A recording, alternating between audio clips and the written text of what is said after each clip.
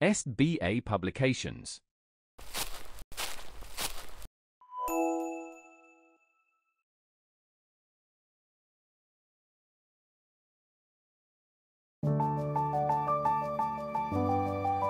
नमस्कार प्यारे बच्चों, कैसे हैं आप सभी लोग। मैं उम्मीद करती हूँ आप सभी लोग अपने अपने स्थान पर स्वस्थ होंगे। बच्चों, मैं विनीता नौटियाल आज आपको पढ़ाऊंगी आपका पार्ट 3, जिसका नाम है फलों की ताकत। बच्चों, मुझे उम्मीद है कि आप सभी लोग फल खाते होंगे और खुशी से खाते होंगे। तो आज इस पार्ट में हम ये जानेंगे कि फलों में क्या ताकत होती है। आइए शुरू करें। एक बार सभी फलों में आपस में लड़ाई हो गई। कौन फल अधिक मीठा, लाभकारी और ताकत देने वाला है? कौन अधिक अच्छा है? मेरी मिठास का कोई मुकाबला नहीं कर सकता। मैं शरीर को ताकत देता हूँ, मुलायम भी हूँ और सबसे मीठा भी हूँ।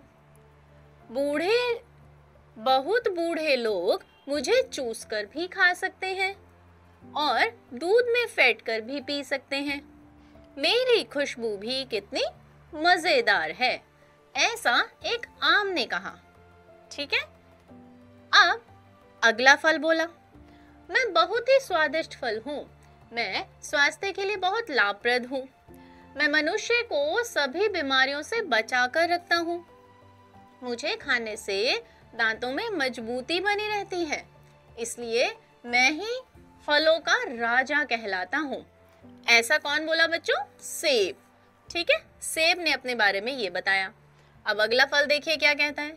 भाई, मीठा तो मैं तुमसे भी अधिक हूँ, ताकत भी देता हूँ, मुलायम भी हूँ।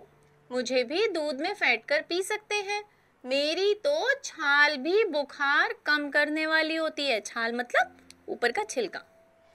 बीमारियों के लिए भी बुखार कम करने वाली है। बीमारियों के लिए भी मैं वरदान हूँ। अब ऐसा किस फल ने बताया अपने बारे में? चीकू ने। किसने? चीकू ने। ये सारी खूबियां तो मुझ में भी हैं। दूध के साथ खाने पर तो मैं पतले को भी मोटा कर देता हूँ। मैं इतना मुलायम हूँ कि मुझे बूढ़े भी आराम से खा सकते हैं। बिना दांत वाले छोटे बच्चे भी खा सकते हैं मुझे। अब ऐसा अपने बारे में कौन बता रहा है? केला। ठीक है, अब देखिए अगले फल की बारी आई। अगला फल बोलता है, मैं भी मीठा, मुलायम और ताकत देने वाला हूँ। जिगर यानी लीवर को बहुत लाभ भी देता हूँ। तुम्हें बीमार लोग ही खाते हैं, पर मुझे तो सब लोग पसंद करते हैं। ऐसा पपीते ने अपने बारे में बोला कि तुम्हें तो खाली बीमार लोग खाते हैं, लेकिन मुझ जैसे मुलायम फल को भी सभी लोग पसंद करते हैं। तो अब देखिए अगला फल क्या कह रहा है। अगला फल कह रहा है, अरे तुम्हें तो बड़े बूढ़े ही पसंद करते हैं, बच्चे नहीं करते। मगर मेरा खट्टा मीठा स्वाद बच्चों बड़ों सबको अच्छा लगता है। मैं आंखों और त्वचा के लिए भी लाभकारी हूँ, थकान भी दूर करता हूँ। अरे तुम्हारे अंदर बीज और गुठली के सिवा और है ही क्या? अब अपने बारे में इतनी बात संतरा बता के ही चुका था कि पीछे से एक आवाज आई कि तुम्हारे अंदर बीज और गुठली के सिवा और है ही क्या? गूदा कम, गुठली बड़ी। मुझे देखो कितना गूदेदार हूँ। पेट के लिए सबसे ज्यादा लाभकारी हूँ। थोड़ा सेक कर खाओ तो खांसी भी दूर करता हूँ। अब ऐसा अपने बारे में कौन बता रहा है? नाशपाती। ठीक है, ये हुई हमारी नाशपाती, जो बोल रही है कि अगर आप मुझे सेक कर खाओगे तो मैं खांसी भी दूर कर सकती हूँ। अब देखिए, ये सब काम तो हम भी करते हैं। तुम तो बीजों से भरे हो, लेकिन हमें तो सब गप से खा सकते हैं। अब ऐसा बोल रहे हैं अंगूर। अंगूर अपने बारे में कह रहे हैं, जितने काम तुम बता रहे हो उतने सारे काम तो हम भी करते हैं, और तुम्हारे अंदर तो बीज है, हमारे अंदर तो बीज भी नहीं है। लोग तोड़ते हैं, गप से खा जाते हैं हमें, है ना? तो ऐसा अंगूर ने अपने बारे में बताया। अब देखिए अगला हमारा फल है आगे शरीफा। और शरीफा क्या कह रहा है? अरे दूसरों की कमियां क्या गिनाते हो? तुम खुद कितने सारे बीजों से भरे हुए हो। सच तो यह है कि सब फलों की अपनी अपनी खूबियां और अपने अपने गुण हैं। सभी फायदा देते हैं, कोई भी किसी से कम नहीं। लेकिन रंग, खुशबू, मिठास, ताकत, गुण और कोमलता को देखा जाए तो आम ही सब फलों का राजा बन सकता है।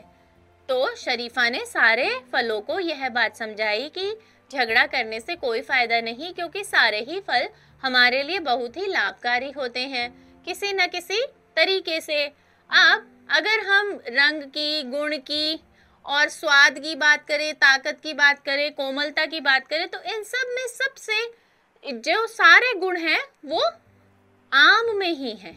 ठीक है, ऐसा शरीफा ने सबको समझाया।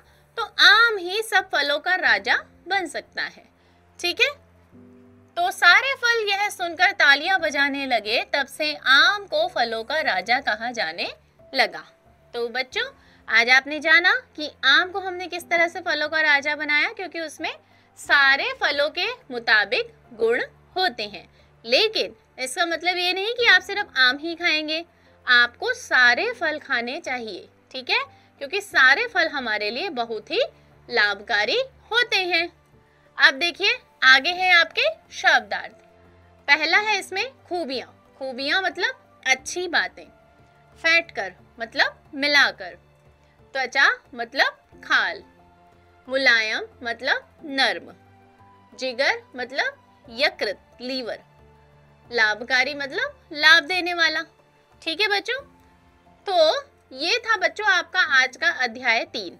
ठीक है, जिसमें अब आपको अपना अभ्यास कार्य करना है। अगर आपको कुछ समझ में नहीं आया है तो अपने चैप्टर को दोबारा से एक बार पढ़ना है।